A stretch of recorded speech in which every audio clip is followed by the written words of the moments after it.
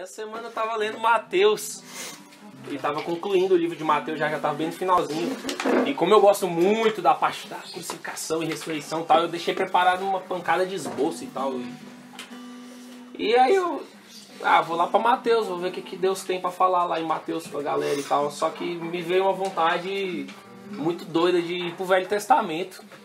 Sabe aquela vontade... Só quem prega mesmo, assim, tipo, sabe, quando na hora vem aquela vontade, assim, eu velho, vou folhear o Velho Testamento, vou ver o que eu tenho de familiar aqui, que eu já saiba, né, porque já era 10 horas da noite, 11 horas da noite. Falei, vou folhear aqui pra ver alguma passagem que eu já saiba bastante, sim, ver o que Deus quer falar. Mas, sei lá, velho, me deparei com o livro de Esdras.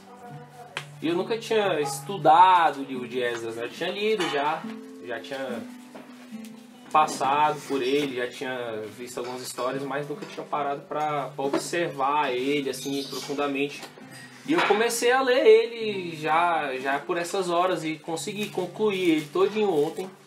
Não sei como, só com a graça de Deus mesmo. São 10 capítulos. E eu tirei... 10 capítulos para todo mundo, né? Você não trabalhou, não? Foi trabalhando mesmo que eu fiz isso. Por isso que durou a noite toda. Tá, poxa, velho. Só pra ler o Cid Moreira leva 1h10, velho. Então o tempo foi produtivo. Então, assim, creio que pra acontecer coisas como essa, eu creio que é porque Deus quer falar alguma coisa nos nossos corações mesmo. Falou muito comigo ontem, muito mesmo. Fiquei impactado, como há muito tempo eu não ficava com alguma coisa. E eu espero poder passar em pouco tempo o que esse livro quer falar para vocês. E espero que dê certo. E pra gente iniciar, a gente tem que entender algumas coisas, né? Israel estava com um rei que não fazia muito a vontade de Deus, né? Era um rei que fez o que era mal aos olhos de Deus. Isso está lá em 2 Reis 24, né? E acontece que vem a Babilônia, invade Israel e sitia. Sitia existe? Não, é grande novidade, né? Ele vem para sitiar a cidade, aí existe. Não, sitia. Existe, obrigado. Então ele vem para botar aquela cidade abaixo mesmo. Ele detona com tudo. 2 Reis 24, 2 Crônicas 36 fala um pouco sobre isso. Ele vem, coloca as coisas pra... Ele queima casas, ele destrói o templo, ele roubou os tesouros do templo, levou pro templo do deus deles, né? E fez uma algazarra, acabou com a cidade, acabou com os muros da cidade, destruiu o templo, destruiu casas, destruiu os principais prédios da cidade. O cara acabou com Jerusalém e levou a galera toda em cativeiro. Botou todo mundo preso, levou todo mundo embora de Jerusalém. E a Babilônia se tornou o grande império da época, né?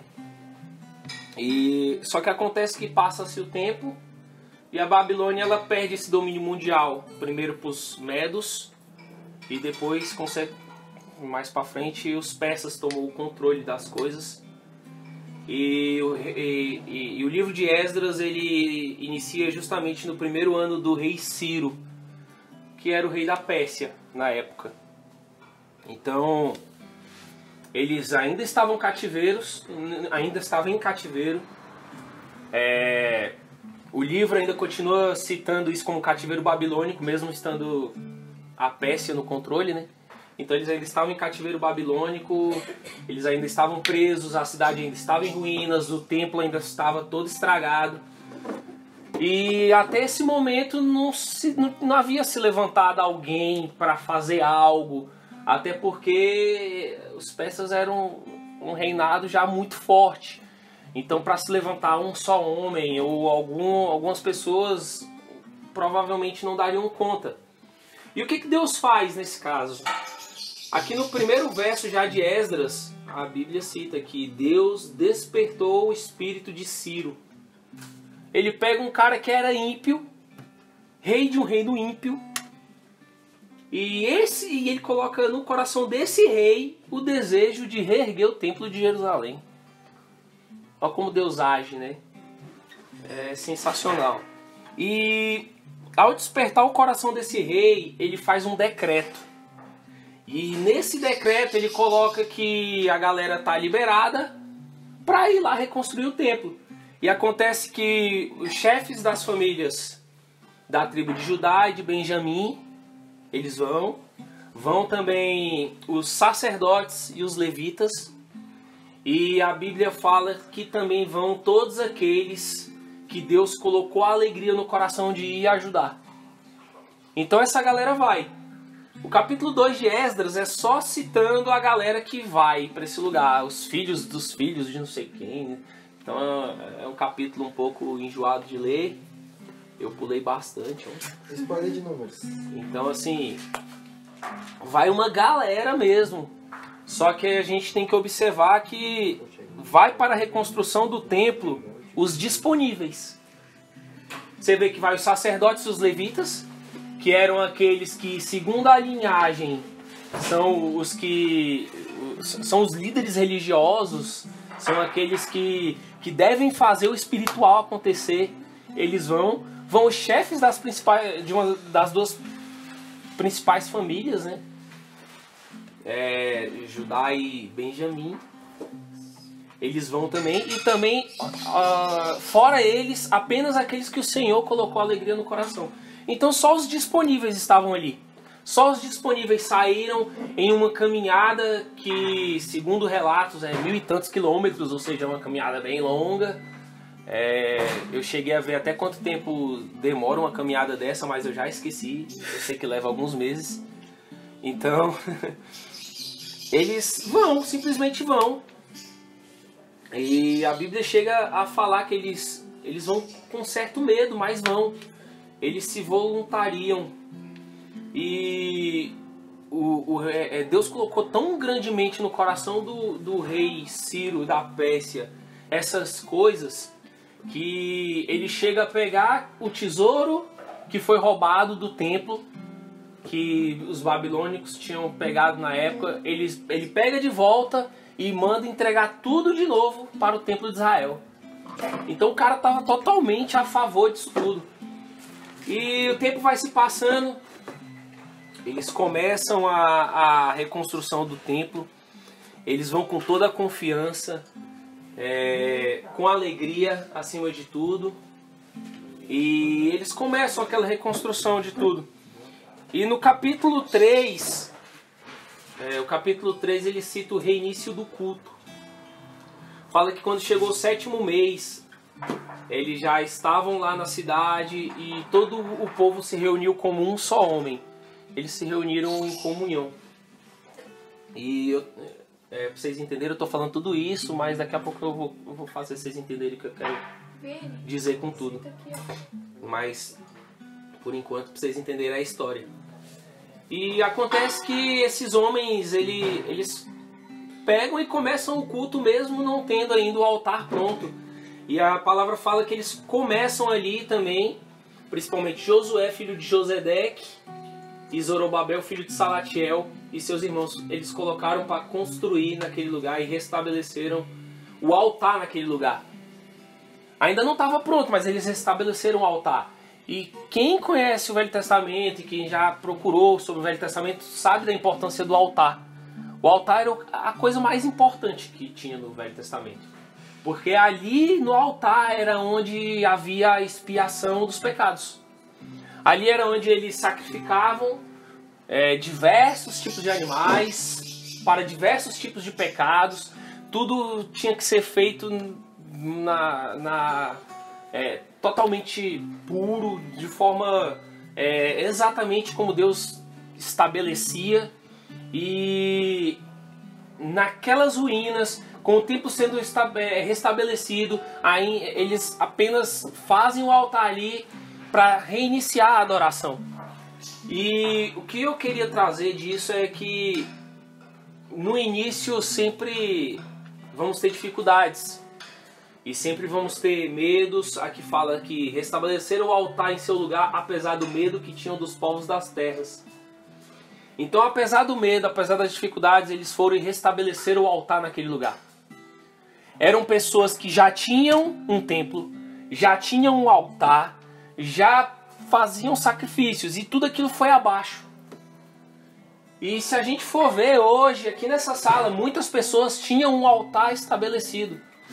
Tinham um altar posto, onde, se não diariamente, mas constantemente, se colocava naquele altar e pedia perdão, e orava a Deus, e buscava a Deus, e orava, e lia a Bíblia, e tinha o seu devocional com Deus. Mas com o tempo, ou com as dificuldades, esse altar foi caindo e foi ficando em ruínas.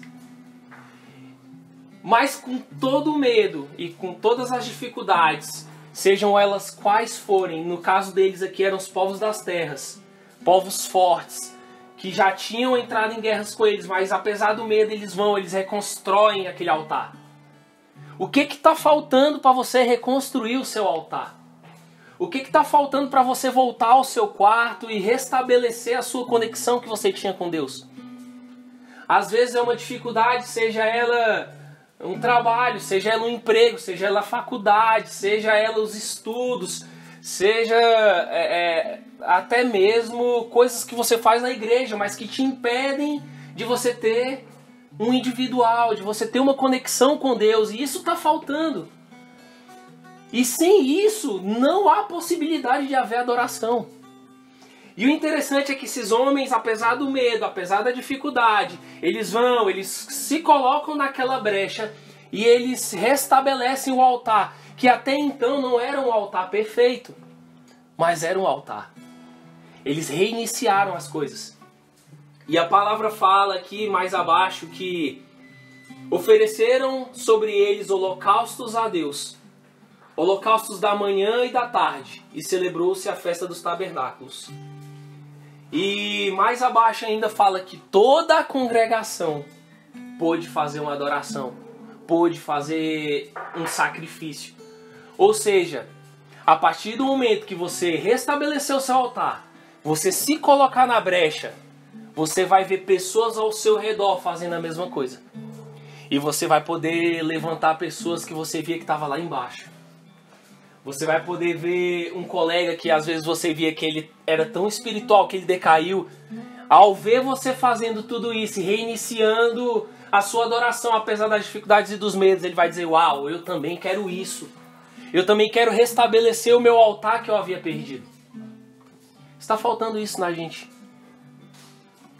Está faltando restabelecer um altar. Está faltando coragem. Está faltando colocar os problemas abaixo de Deus. Nós estamos colocando os problemas acima de Deus. Então vencer os medos e dar início aos trabalhos é o primeiro passo para você glorificar a Deus. Eles iniciaram aqui um trabalho de adoração. E quando você iniciar o seu trabalho de adoração no seu secreto, você consequentemente vai iniciar o seu trabalho de adoração coletiva. É o propósito dessa reunião de hoje. É o propósito desse movimento que a gente tem participado. É você buscar no seu secreto e quando chegar em congregação a gente poder buscar coletivamente um evangelismo, uma adoração, o favor de Deus. Mas para isso temos que criar coragem. E assim Deus vai ser glorificado. Então o primeiro ponto é ser disponível e começar, dar início.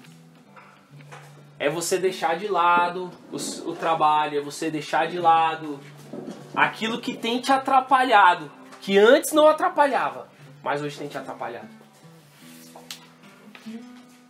E deixa eu prosseguir aqui.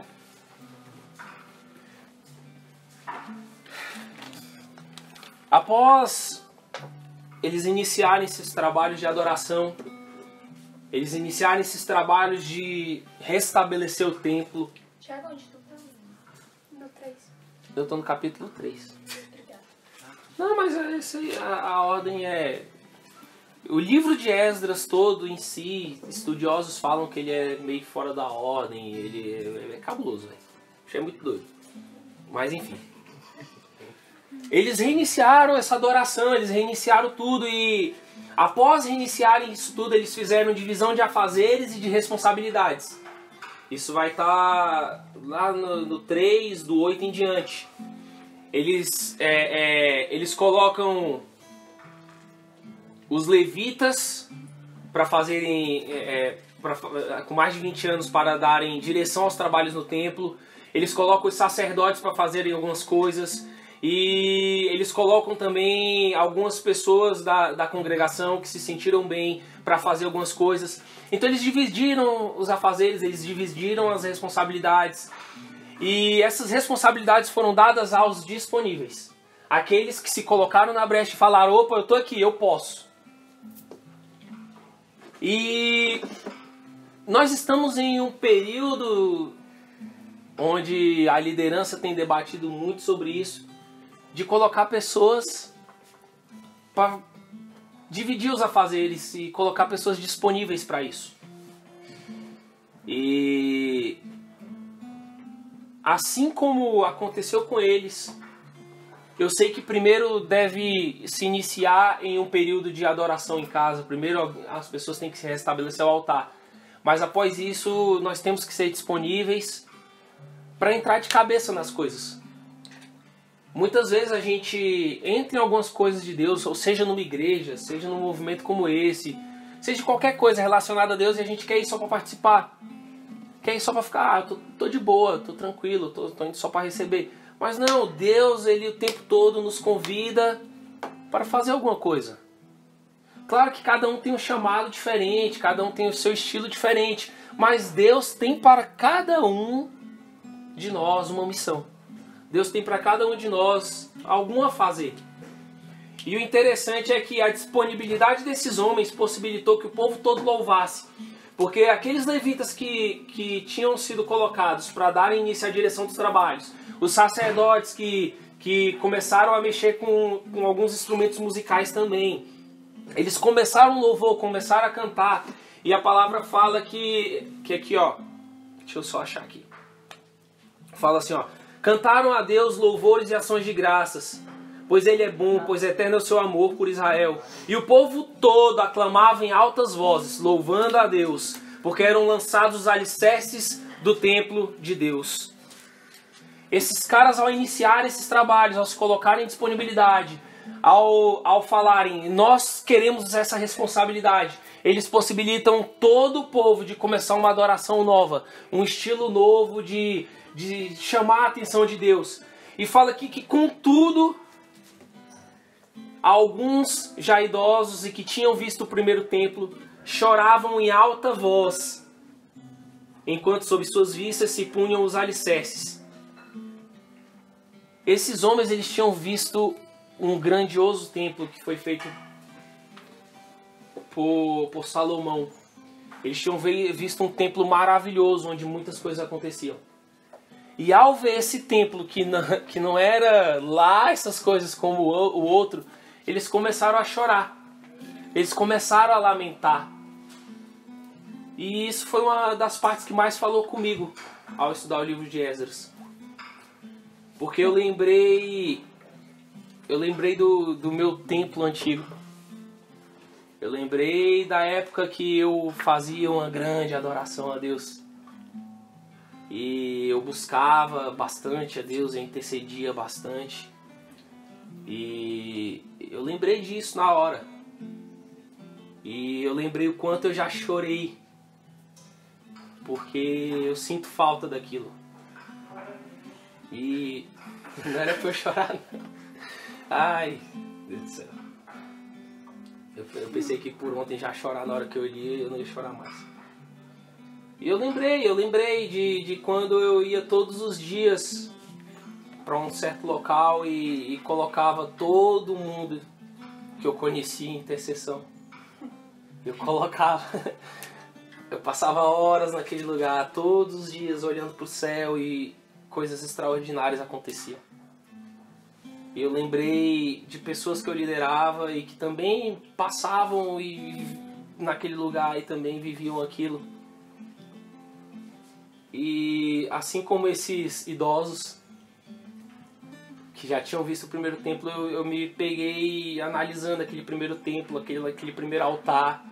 E eu falei como o altar de hoje tá decaído. Como o templo de hoje está em ruínas. Era uma época que eu passava a tarde ouvindo pregação e lendo Bíblia, e de noite eu ia para oração, e cara, como era bom. E eram 4, 5 células que a gente dava na semana. O Bruno e a Luana me acompanhavam nisso também. A gente tinha célula em Braslândia, em Samambaia, aqui no PSUL. E eram células que estavam já enchendo, mas porque havia intercessão. Havia pessoas se colocando na brecha. Tinham pessoas ali que não deixavam a adoração cair, mas entrou em ruínas. E nós não devemos lamentar como essas pessoas estavam lamentando, porque a palavra fala que mas muitos gritavam de alegria e júbilo. E ninguém podia distinguir os gritos de alegria do rumor das lamentações do povo, pois o povo gritava em altos brados e o vozerio se podia ouvir de longe. Esses são aqueles que não estavam de olho no templo passado. Eles estavam de olho naquele templo presente. E eles falaram, com esse templo nós podemos fazer tudo aquilo de novo. E o profeta que vivia na época de Esdras era Jeremias e Ageu. E lá no livro de Ageu, quando ele cita a reconstrução desse templo, ele fala aquela frase tão famosa no meio das igrejas. A glória da segunda casa será maior do que a primeira. E nessa hora que eu olhei isso aqui, eu fui lá em Ageu. E ainda estava em lágrimas ainda, eu falando, meu Deus do céu. E eu lembrei disso, eu fui lá em Ageu. E eu achei em Ageu, e a palavra em Ageu fala que o Espírito de Deus tomava aquele templo, esse novo templo. E aí ele fala, a glória da segunda casa será maior do que a primeira. Se você colocar se você se colocar na brecha, se você estabelecer novamente o seu altar, se você estabelecer novamente o seu templo, a glória dessa segunda casa vai ser maior do que a primeira. Há uma palavra muito interessante do pastor Leandro Vieira, que eu acho muito interessante que ele fala isso. Ele fala que Deus sempre quis habitar no meio de nós, e ele fala sobre as habitações de Deus, sobre a Bíblia. E ele cita que lá em Gênesis, Deus veio habitar no meio de nós através de um jardim. Deus ele vinha e tinha um relacionamento tanto com Adão quanto com Eva. Posteriormente, esse relacionamento se acaba, mas a vontade de Deus em estar conosco aqui na terra não acaba. E ele estabelece tendas. E no meio dessas tendas fazem uma tenda maior, onde ali Deus era adorado. Então naquela tenda é o segundo período onde Deus chega para habitar com nós em algum lugar aqui na terra. Então Deus quer habitar conosco. E a terceira opção de Deus, após o jardim, após as tendas, foi justamente o templo. Nesse período, Deus habitava no meio de nós através de um templo. Posteriormente, depois do templo, Deus habita no meio de nós através de Jesus, o próprio Deus em terra. E após Jesus, o modo de Deus habitar no meio de nós somos nós mesmos. Hoje, o local onde Deus habita na terra é dentro de nós. Então hoje nós somos os templos. Nós somos o templo de Deus. E quando ele fala a glória da segunda casa se referindo ao templo, é maior do que a primeira se referindo ao templo. Não importa o que você fez de primeira, se você achava top, se você achava que você tinha templo ou qualquer outra coisa, você achava sua adoração da hora. Cara, nada se compara à segunda glória. Quando você se colocar na brecha novamente e restabelecer aquilo que havia perdido. Amém. E pra gente prosseguir, porque é meio grande,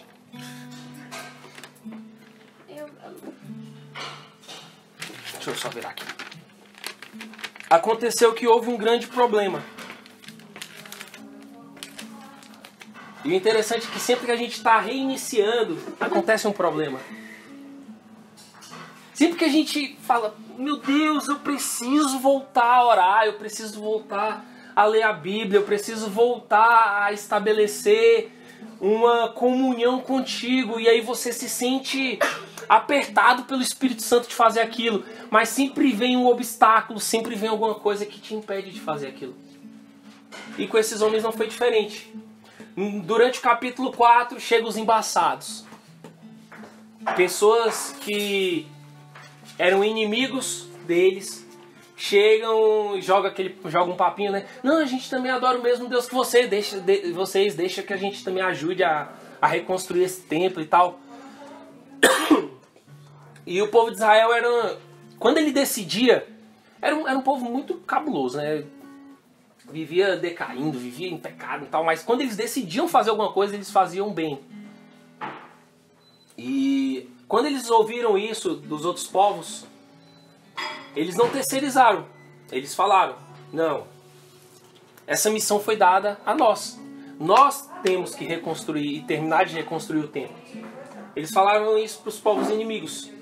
E esses povos, com raiva, já havia mudado o rei, porque esse período todo já havia passado muito tempo. E eles mandaram uma carta ao novo rei e falaram mais ou menos que o povo de Israel, essa cidade de Jerusalém é uma cidade que costumava trazer muitos problemas a outros reis. Era um povo onde eram rebeldes. E eles começam a fazer a cabeça desse novo rei.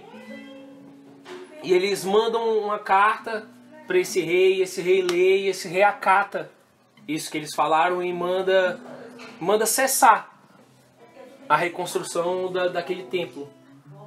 Está lá no final do capítulo 4, no verso 24, fala assim: assim foi que ficaram interrompidos os trabalhos do templo de Deus em Jerusalém. A interrupção durou até o 2º ano do reinado de Dário, rei da Pérsia.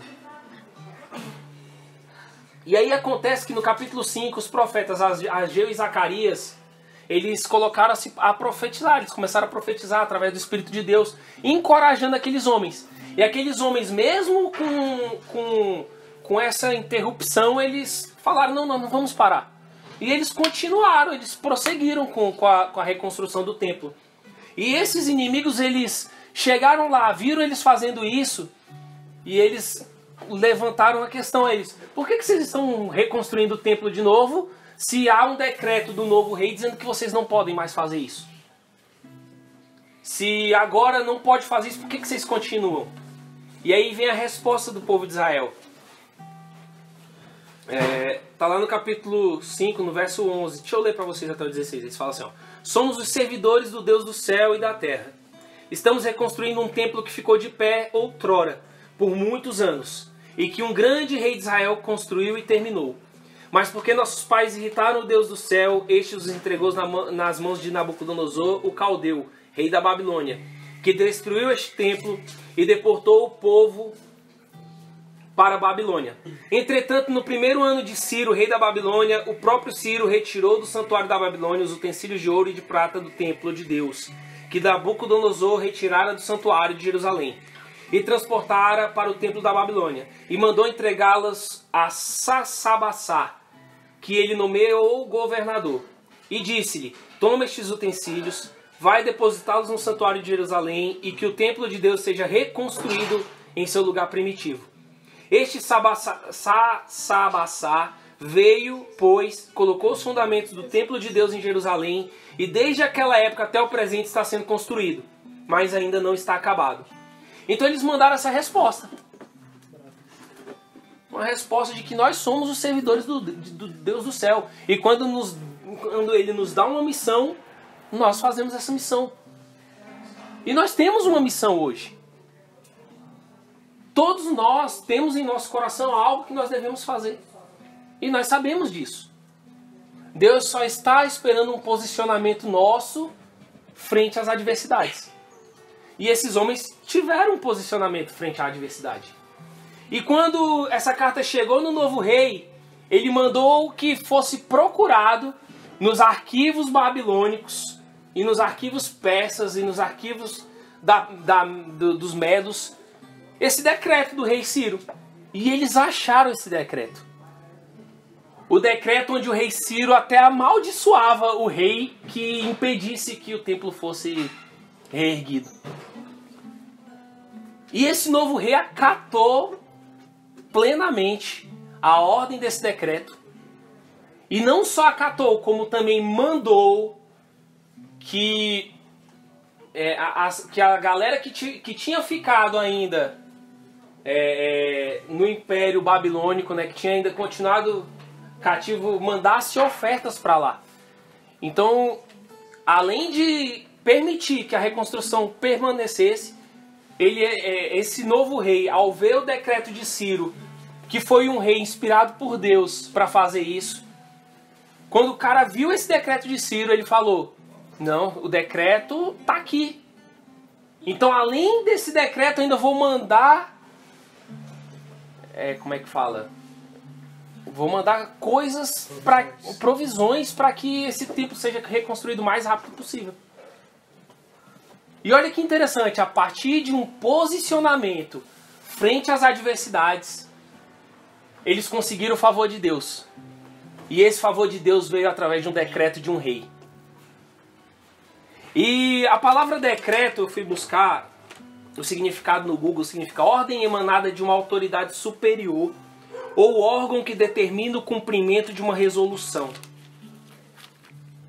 E nessa hora que eu li essa parte, me veio algo na mente e eu falei: caraca, velho, basta um posicionamento nosso.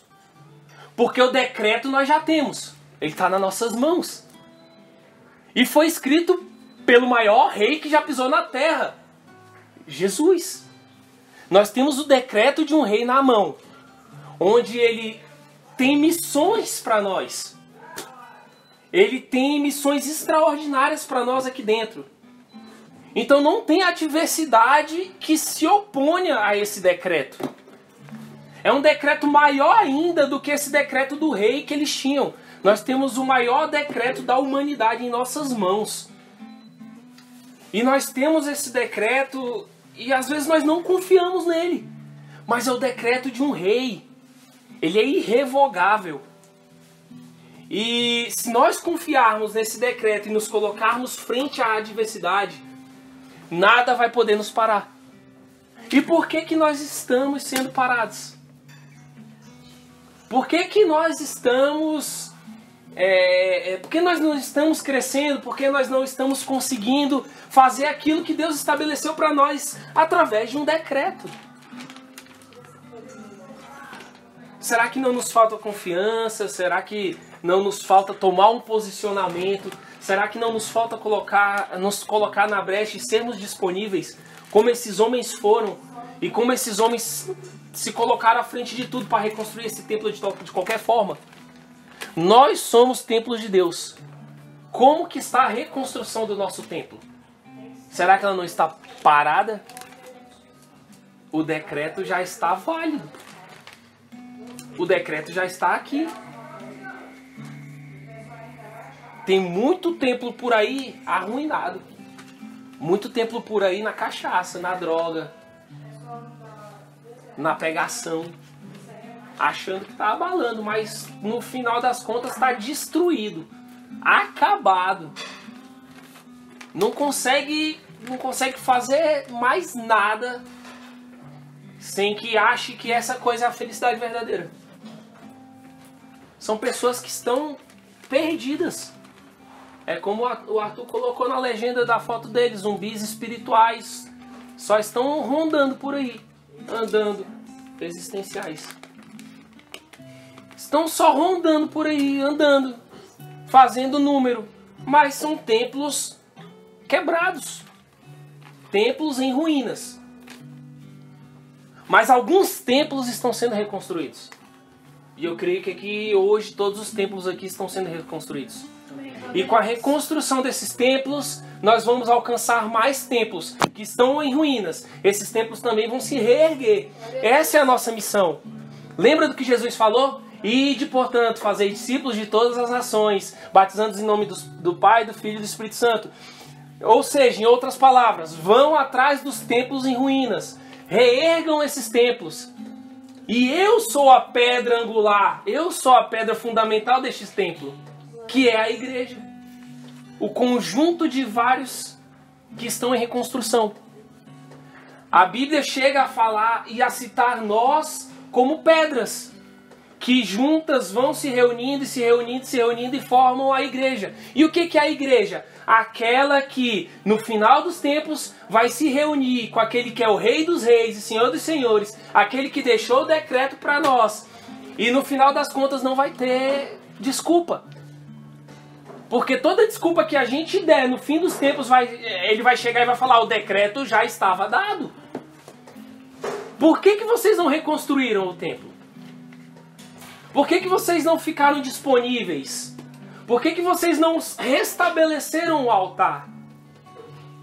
Por que vocês não foram atrás dos templos perdidos? Vai caber a nós abaixar a cabeça, porque o decreto já está aqui. O decreto já está colocado, o decreto já está posto. Então, o que tem nos impedido de evangelizar? Evangelismo é parte da reconstrução dos templos. O que tem nos impedido de orar, de buscar ter o nosso devocional, de ler o decreto? Porque isso é parte da reconstrução do templo. O que tem nos colocado tão para baixo que nós não temos conseguido nos retirar para fazer essas coisas? Qual o propósito de nos reunirmos aqui hoje? É reconstruir os templos do Senhor. Se nós estamos reunidos aqui hoje, é porque nós já fomos alcançados por alguém um dia. Todo mundo aqui foi alcançado por alguém, todo mundo aqui foi alcançado pela palavra. E o propósito de estarmos aqui hoje é alcançarmos mais pessoas. E se nós estamos aqui hoje numa reunião como essa, ouvindo o que nós estamos ouvindo, é porque estamos buscando... Como é que é a palavra que tu falou? Recursos. Provisões. E esses recursos e provisões devem ser levadas para a reconstrução de templos. E para a gente terminar... Vou voltar aqui. Hoje nós temos que lembrar que nós temos missões. Acho que tem alguém mexendo. Abriram para a Vitória porque ela não aparece na janela. É porque você apertou e tá no... Acho que Porque o cara que tá no... Nós já vai ter que trabalhar. Então hoje nós temos missões. E vários inimigos tentam impedir essa missão. Vários empecilhos vêm para impedir essa missão. Mas eu escrevi algumas coisas aqui e eu quero ler essas coisas. Deixa eu só achar aqui. Ó, eu coloquei aqui, ó. Quando nos dedicarmos à missão, Deus é quem nos dará o apoio necessário para a realização da mesma. Então, se você acha que você não consegue, se você acha que você ainda não é capaz, se você acha que você ainda não pode fazer alguma coisa, basta um posicionamento para Deus fazer acontecer. E o interessante é que o nome do livro é Esdras. Esdras só vai aparecer lá no capítulo 7. Esdras, ele foi um homem que ele vem da parte que havia faltado do povo que ainda estava cativo, e ele vem para comandar as coisas ali em Jerusalém. A Bíblia fala que ele era um homem versado na palavra, versado na lei, era um cara extremamente zeloso, E ele vem para reestruturar tudo. Só que o interessante é que ele vem depois que tudo aquilo aconteceu. Então primeiro chegou servos e fizeram história. Esses homens fizeram história com a reconstrução desse templo, através de uma missão que foi dada a eles. Mas eles fazem história com as suas missões para que posteriormente um outro homem venha e faça história com a missão dele, que foi Esdras. Então quando nós, aqui presentes, fizermos o que foi estabelecido para nós como missão, nós vamos ver outras pessoas se levantando a partir disso para fazer a missão delas.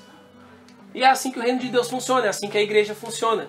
E Esdras, ele vem, ele faz uma reestruturação cabulosa. Ele traz toda Israel que estava cativa com ele. Ele leva milhares de pessoas nessa caminhada que também era muito longa. E ele chega a recusar do rei um exército de proteção, porque ele falava para o rei, não, Deus é quem nos protege. E ele falava isso com uma certa confiança, mas a palavra chega a falar que ele estabelece um jejum para que ninguém no meio do caminho se colocasse contra eles. E eles jejuaram, eles oraram, e eles foram. Chegando lá, ele percebe que havia ainda pecados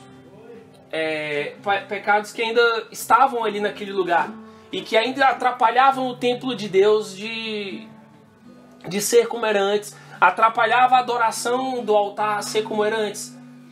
E ele pega e ele acaba com aquilo. E a Bíblia chega a falar que quando ele viu esse pecado, ele foi no templo, ele se ajoelhou, colocou o rosto em terra e chorou, até que toda a congregação de Israel se reunisse ao redor dele. Imagina um cara adorar, orar e chorar até que toda a congregação se reunisse ao redor dele. E essa congregação, ao ver a adoração do cara, eles mesmos falaram, nós vamos acabar com esse pecado que está nos assolando. E nós vamos fazer tudo isso desaparecer. E acontece que no final do livro de Esdras, no último capítulo, esse pecado é dizimado. Eles simplesmente decidem, toda a congregação decide acabar com esse pecado. Então, primeiramente, pessoas se colocaram disponíveis, se colocaram na brecha e foram para fazer uma missão. Eles não desistiram dessa missão. E mesmo com as dificuldades, eles prosseguiram nessa missão e deram uma resposta a Deus. Deus, consequentemente, deu a provisão para que a missão deles pudesse continuar. E através da missão desses servos, outro servo pôde vir e continuar a obra. E esse templo foi reconstruído. E não só o templo. O próximo livro depois de Esdras é o livro de Neemias. E Neemias é um cara que também se coloca na brecha para reconstruir os muros de Jerusalém. Então, o templo é reconstruído, o altar é reconstruído, os muros de Jerusalém são reconstruídos. Tudo através de pessoas que se colocaram na brecha e falaram, eu estou aqui, eis-me aqui, Senhor. E esse é o chamado que nós temos hoje, de chegar a olhar para Deus e falar, eis-nos aqui, Senhor. Eis-nos aqui. Não importa se antes você era um adorador, se antes você orava, se antes você buscava e hoje você não está mais buscando. Não é isso que importa. O que importa é que mesmo hoje, estando lá embaixo, estando em ruínas, você pode falar, Deus, eu estou aqui. Faz comigo o que você fez com esses homens. Dê-me a provisão, Senhor. É o que nós temos que falar hoje. E eu queria que a gente levantasse um momento de adoração. E se vocês puderem cantar até aquela última música que vocês cantaram. Mas eu queria que todos tivessem liberdade de se sentir, de caso se sentir bem, chegasse alguém e começasse a orar com essa pessoa, ou orar por essa pessoa. Eu gostaria de fazer aqui hoje uma adoração que nos levar, que realmente chegasse até o céu, uma oração de Senhor, nós estamos aqui.